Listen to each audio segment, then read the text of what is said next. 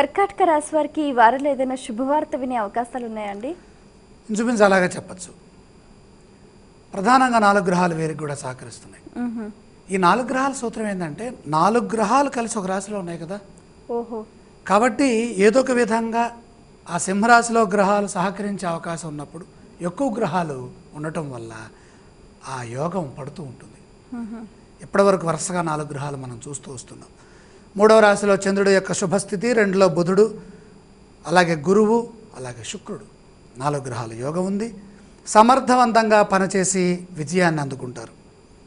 సంకల్పం నెరవేరుతుంది. ఉద్యోగంలో అభివృద్ధి సూచితం. ఎన్ని ఆటంకాలున్నా లక్ష్యాన్ని చేరుకుంటారు. ఆర్థికంగా శుభకాలం. పెట్టుబడులు ఏవైనా ఉంటే అవి లాభిస్తాయి. బంధుమిత్రుల నుండి సహకారం ఉంటుంది. గృహంలో శాంతి నెలకొల్పుతారు. గౌరవం పెరుగుతుంది. కుటుంబ సభ్యులతో కలిసి ఆనందాన్ని పంచుకుంటారు. మంచి భవిష్యత్తుని నిర్మిస్తారు. ఆరోగ్యాన్ని కాపాడాలి. ఎందుకంటే ఇక్కడ కూడా సూర్యుడి యొక్క దోషం కనబడుతుంది. ఎక్కడైతే 4 గ్రహాలు యోగిస్తున్నాయని మనం చెప్పుకుంటున్నామో అక్కడ ఆ 4 గ్రహాల్లో సూర్యుడు ఉన్నాడా అనేది మనం కీలకంగా చూడాలి. ఎందుకంటే ఆయనే గ్రహరాట్.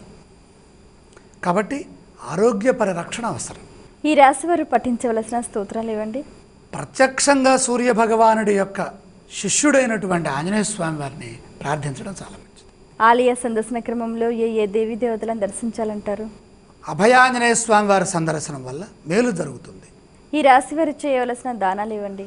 ఇక్కడ ప్రధానంగా 5 గ్రహాలు దోషస్థానంలో ఉన్నాయి.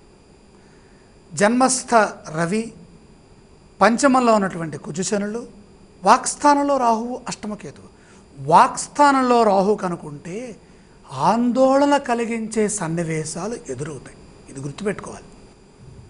కర్కాటక రాశి వాళ్ళందరికీ కూడా మాట కుదరదు కనుక అనుకూలమైన వాక్కులు, ప్రసన్నమైన వాక్కులు రావాలి అంటే రాహుదోష నివారణార్థమై మినుములు దానం చేస్తే మంచిది.